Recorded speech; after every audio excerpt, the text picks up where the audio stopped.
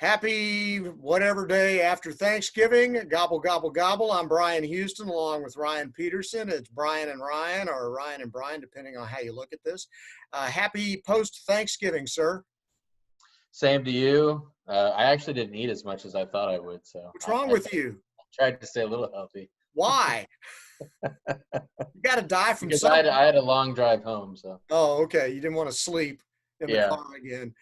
Well, I guess, the first thing we could talk about is the games, but it seems like COVID has stolen everything this weekend. I mean, I do want to go back and talk about the Cowboy game, obviously, but your game, you being the Broncos fan you are, I've never seen a team have to go into a ball game with 0 quarterbacks. Yeah, so I have a whole lot to say about that. Go for it. Well, I look, I think I blame the Broncos. I'm not going to say this is the NFL's fault for what happened, but I will say I think the NFL is full of crap in most cases at this point because, it's all about player safety and everything. There was nothing safe. And look, you can say I'm being overdramatic. To have a guy that had not played quarterback in, 3 years, had only played a couple games in college at the quarterback position before he moved to wide receiver. He gets no time to prep. The Broncos found out on Saturday afternoon that they weren't going to have any of their quarterbacks. So they have 4 quarterbacks on the roster. None of them could play. This kid that's a wide receiver on the practice squad, hey, here's 3 hours. We're going to come up with 30 plays for you to run. Could you imagine, hey, Brian, go back, Brian, to when you were, 25. We're going to give you 3 hours to prep and go play quarterback in an NFL game against a good defense with grown men that are coming to kill you. Yes. I didn't understand.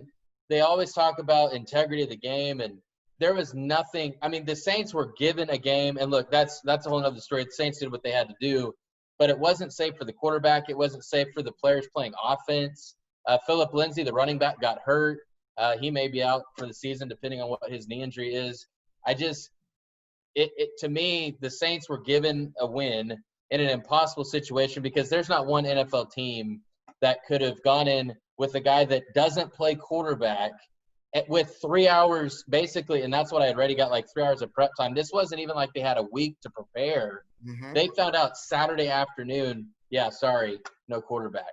The only thing I'll say about this is that it's about damn time the NFL does something that doesn't screw the Saints. You know what I mean? Fair enough. 2 playoff games in a row, they've had the most egregious officiating calls in the history of the game, steal games from them. Then this week they get fined and get stripped of a draft pick because they didn't wear their mask during a celebration. So, hey, it's about time the NFL does them a solid. I'm sorry it's the Broncos, but it's the first time they've ruled anything in the Saints' favor in 25 years. But I just feel like they make stuff up as they go along because and the excuse given was, well, there wasn't an outbreak on the Broncos. It was just one position room. And that's why they didn't move the game, because the Steelers-Ravens game has been moved, 2 or 3 times now. They're supposed to possibly play Tuesday, although I don't even know if that's going to happen because the Ravens got sent home. But, my point is, I don't understand how. So basically, if the Broncos had just said, oh, hey, another couple guys have it, then we would have postponed it.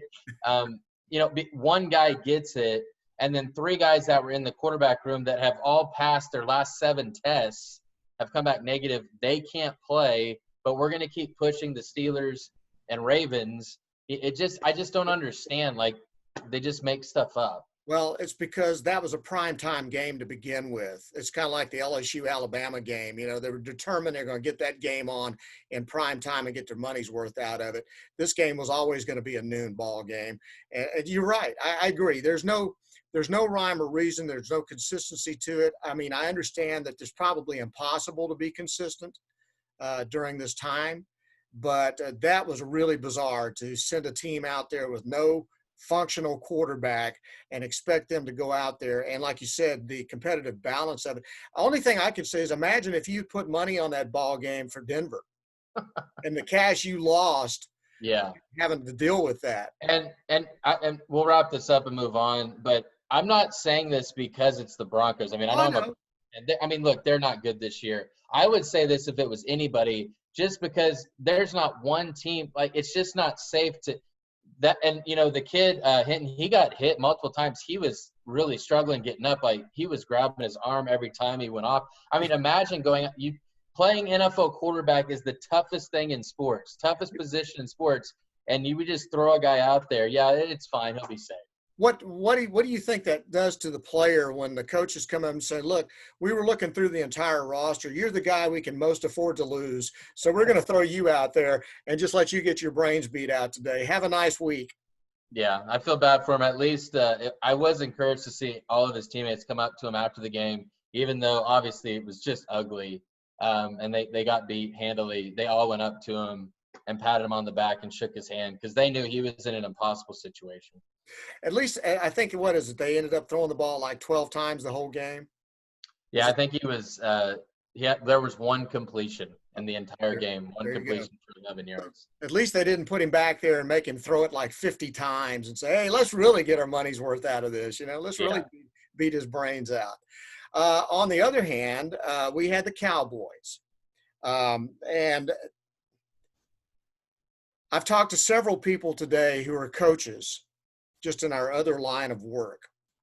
And I had one guy said that punt on 4th and 10 in the fourth quarter, the fake punt that the Cowboys decided to run when there was a 4-point ball game in the fourth quarter, and it was the slowest developing fake reverse, whatever the hell that was.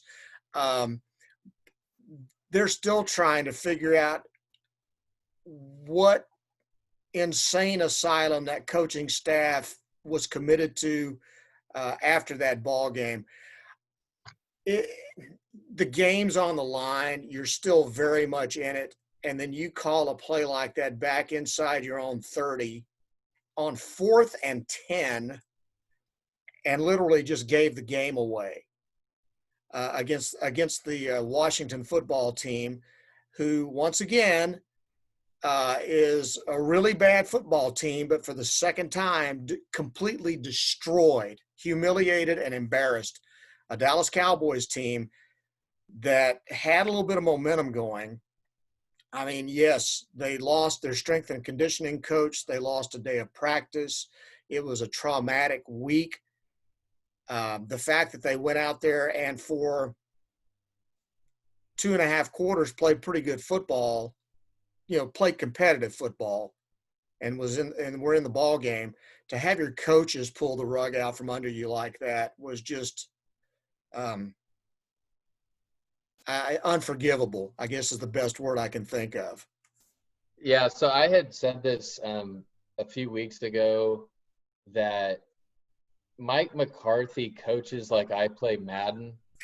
And I mean by that, when it's 4th down, I just go for it, even if it's in your own end. Like you play Madden when you were 8.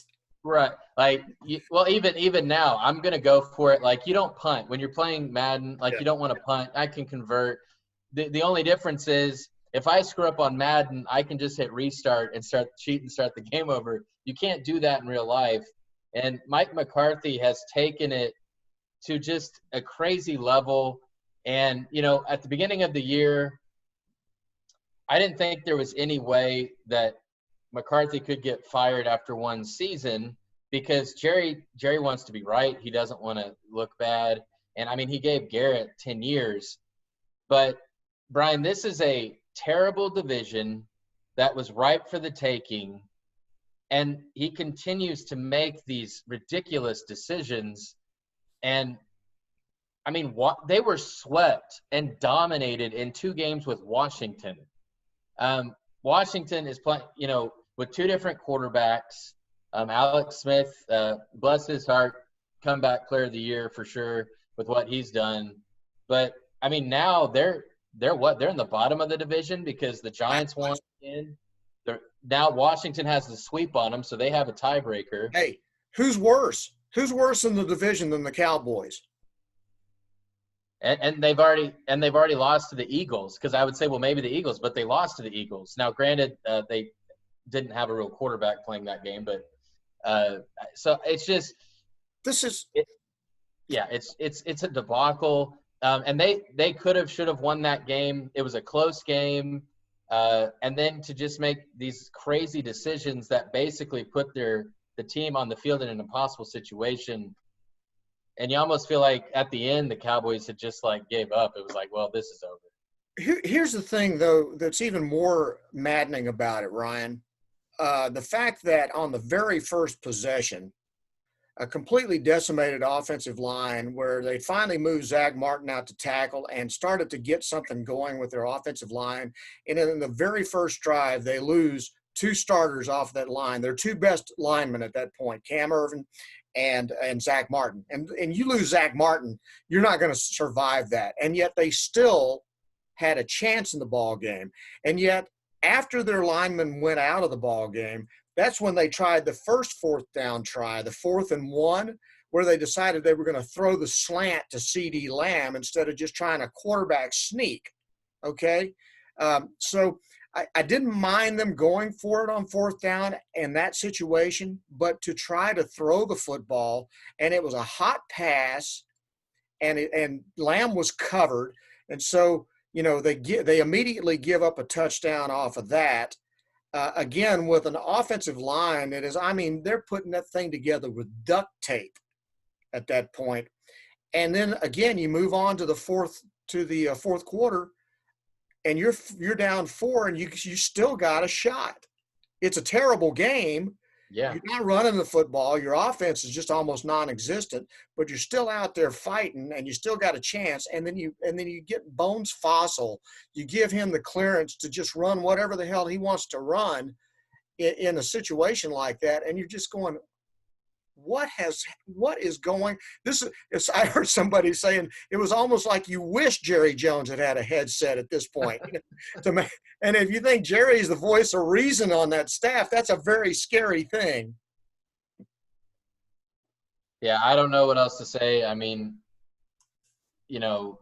bad as this season's been, Thursday was just another low point. And again, and what was it? The first time they had been swept by Washington, and I can't remember how many years. Yeah, it's been years.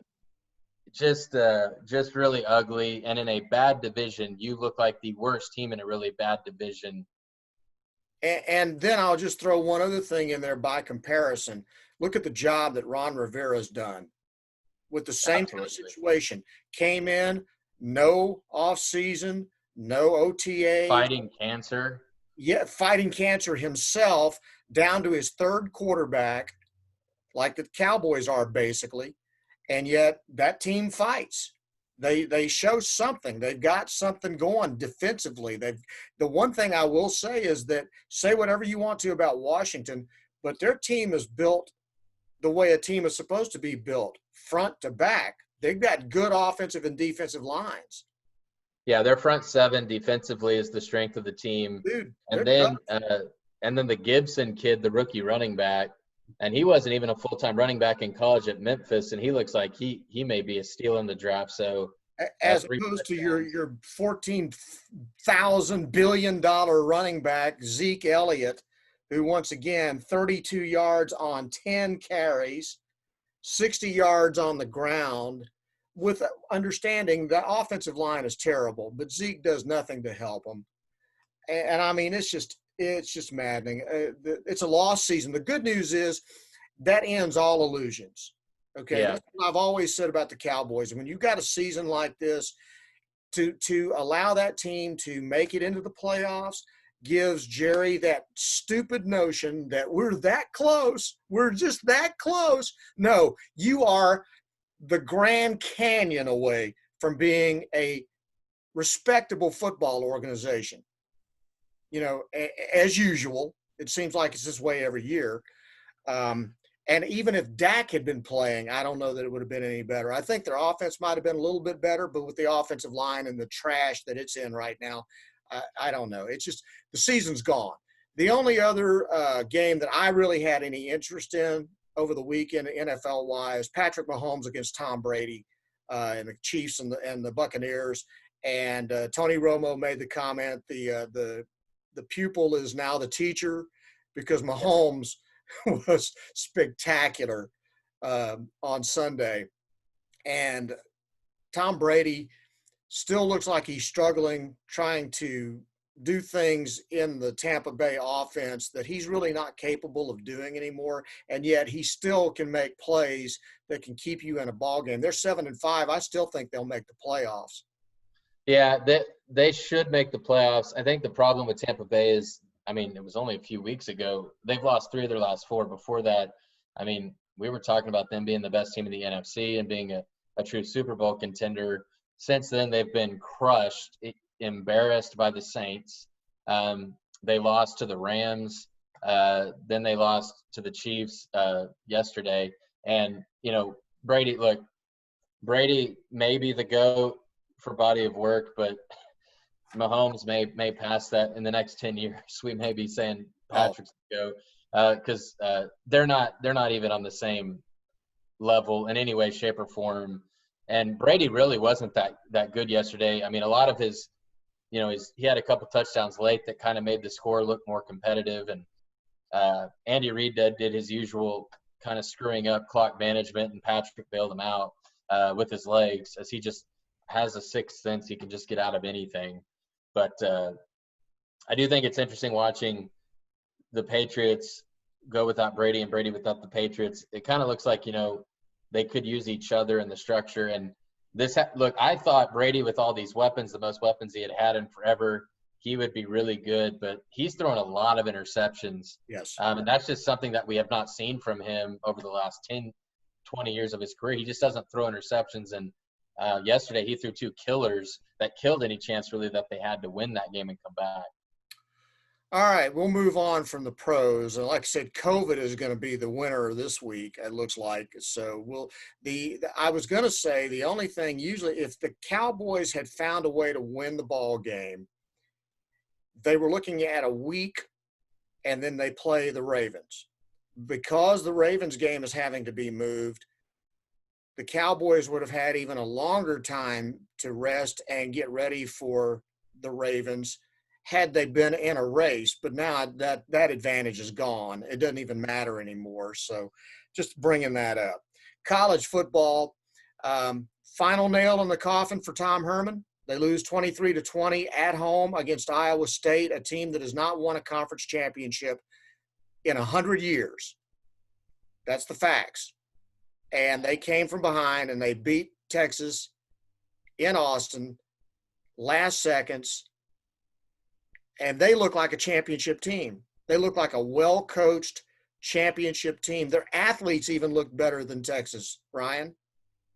Yeah, and you wonder, look, I mean, you can always do this whenever there's the young up-and-coming coach seems to be doing more with less. But you do wonder for years, though, no. You do wonder if Matt Campbell was at UT, what would they look like? I don't know if that was the final nail in the coffin for Herman. A lot of people were saying that on social media. I do think Texas they'll win this week against Kansas State. Maybe. Kansas State's a shell of themselves right now. But if they would lose to Kansas State, which they've traditionally struggled against K-State, especially in Manhattan, if they would lose that game, then I think he's absolutely out. But I don't think they'll lose to Kansas State. But, look, Iowa State's a good team. But, yeah, Texas should not be losing to Iowa State. And I just don't know. I don't know where – again, my question always is when this happens, if you're going to get rid of Herman, and I would argue that, you know, he probably hasn't done what he should have done at this point, who are you going to hire? And, you know, Urban Meyer. Would someone like Campbell want that job? Urban Meyer. I mean, of course they think they're going to – Well, that's a slam dunk, but is Urban Meyer going to come back into coaching? Well, they just knew they were going to get Nick Saban too. I mean, you know, they think they can just wave money at stuff and it's just going to automatically fall in their laps.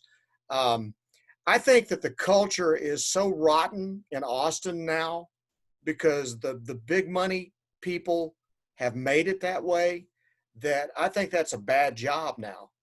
That's a hard thing to say, but you tell me who can win in that situation. If you don't have 100% support, these guys with the cash start running their mouths, and that hurts. All that negativity hurts recruiting. It gets your fan base stirred up. You're constantly having to fight that. Del Conte for a while wasn't even saying good things about the football program. He was praising his women's volleyball team on social media, but he would never say anything about the football team.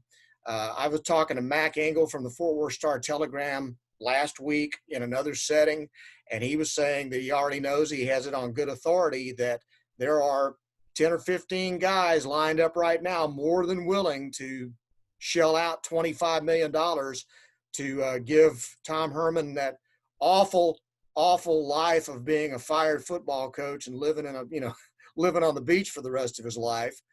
I just think that program is a dumpster fire right now, and it's got everything you could possibly ask for, except a culture that can be controlled, the fans that can be controlled, boosters that can be controlled.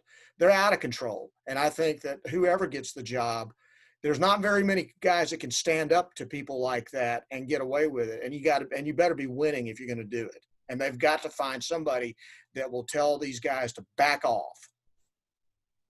Yeah, I think that I still think it can be a great job, but it It should needs the be. right guy. And the problem is, you really need a larger than life personality like Nick Saban. And I know they're not getting Nick Saban, but a Nick Saban could absolutely win there.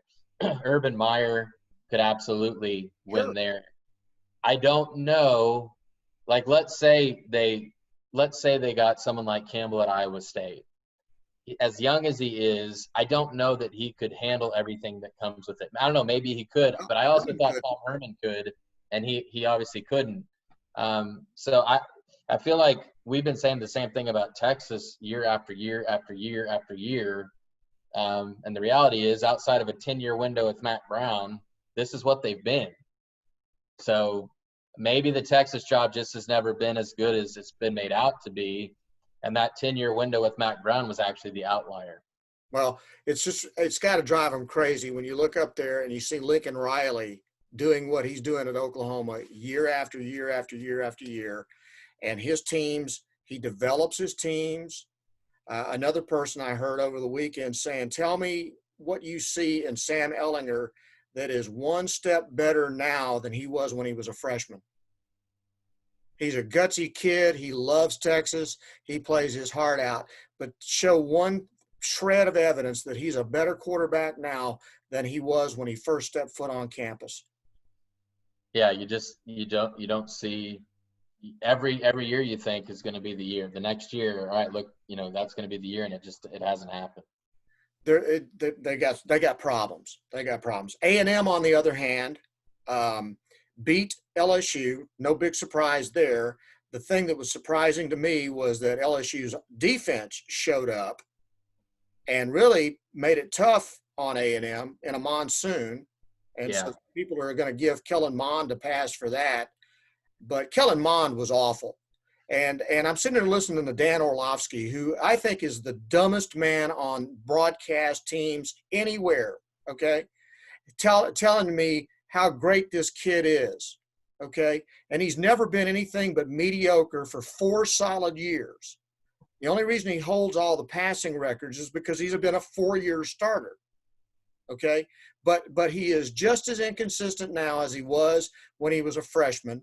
And he looked terrible against LSU, a team that had been lit up by everybody. Right. People that aren't even starting now at this point in the season. The Mississippi State quarterback is like 4th on the depth chart now, and he put up 600 against LSU.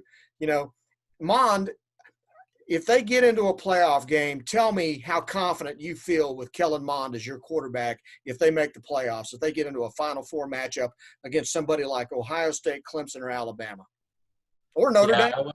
I wouldn't feel great about it. the one thing I think A&M missed an opportunity because basically now, look, I know they beat Florida, but Florida and they're ahead of Florida. What A&M's at 5, correct? Right. But it becomes one of those things where each week the committee's going to be looking, and if you're offensively looking that average, they're looking for any excuse they can to make the flip. We'll see if they honor the head-to-head thing, how long that'll go.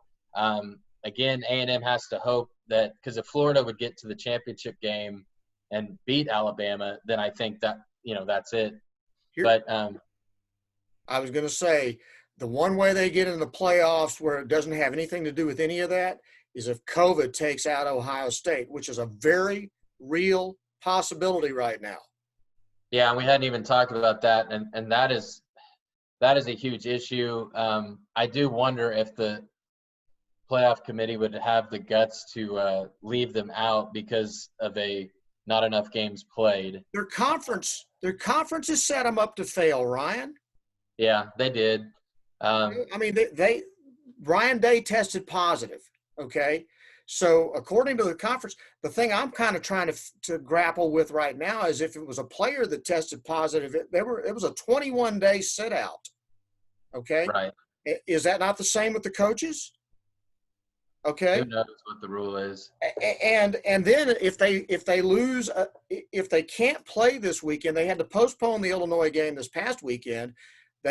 I don't know how, based on the rules that the Big Ten put in place, how it is if you can cancel that game that you're able to play the next game.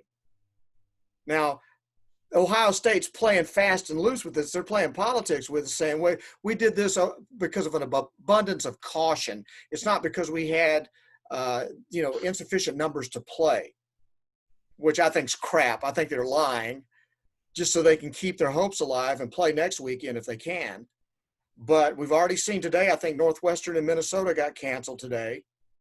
I just think COVID's going to take them out of the mix, and then that's going to open the door for A&M to get into the playoffs. Regardless, yeah, COVID. I mean, and with the spikes, I mean, you could see that in multiple places. So it might end up just being survival of the fittest. Who's high enough up the rankings that they can avoid any kind of outbreak. Let me ask you this: based on the eye test right now, who do you think is, and I understand the head-to-head already has taken place, who do you think is the better football team right now, Florida or A&M? I think Florida is the better team because, and I thought Florida was the better team before they played A&M. Watching the game, I kept thinking they were going to end up winning, and, A&M held on to their credit. But in saying that, I still feel like I've always been someone that head-to-head has to matter. Otherwise, what's the point of playing? But not everyone plays the same schedule. So I don't know. It's just difficult in college football. But A&M has to show more than they did against LSU because it does get to the point now, how you play, it's not good enough just to win. You've got to look dominant. You got to look like you belong. And they were not impressive against, like you said, LSU's defense hasn't been able to stop anybody. And that was a very low-scoring, ugly game. Of course, then on the other hand, you could be an LSU fan right now and see that your best player opted out after that ball game. Terrence Marshall. Do you blame him? He had 10 catches and over 100 yards and a touchdown in that ball game. They're 3-4. 2 weeks ago, he's standing before the team saying, "Man, we need to stick together and fight, and I'm here with you through thick or thin. I stayed because I wanted to come back and play with you guys." And then yesterday he opts out. And I'm going, what is going on in Baton Rouge? Yeah, I think and we had talked about this several weeks ago. Would it get to the point where you would see kids start doing this? But look, he had a huge game. He knows what his stock is. He's going to be in the NFL. The season's over. In terms of, I mean, he's not playing for any championship. How do you feel about that? So, I mean, I can't fault the kid for making the best decision for himself. Look, someone that played in sports, I do think it's always be tough to just, be done on your team, walk out, if you will, on your team. I don't like that. But I also, between COVID, possibility of injuries, all these things that any of these kids are having to deal with. I'm not going to sit here and badmouth them because I don't know what I would have done. I understand, and you're right. And I'm not going to badmouth him either.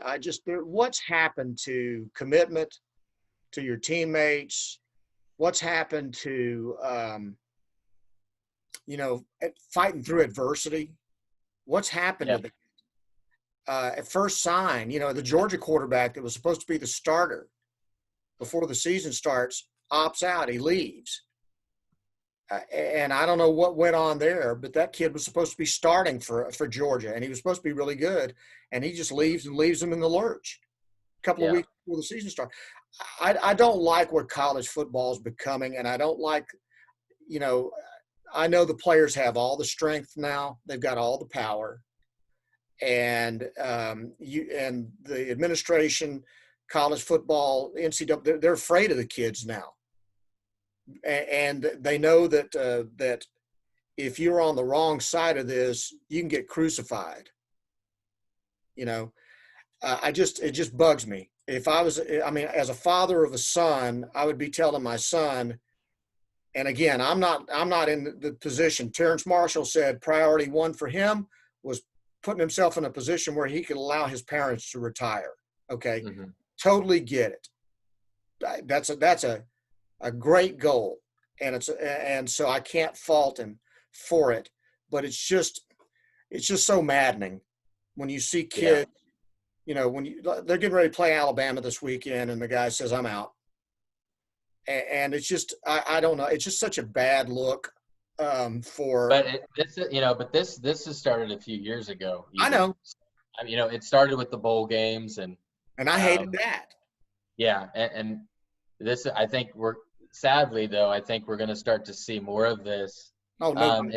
If a team, teams that they have a bad record and things don't look great for them, they can just start prepping for the draft. What we're learning now is that this myth of amateurism, it's always been a business from the college administrative standpoint. That's why they're playing right now, so they don't lose millions and millions of dollars. That's the only reason they're playing right now.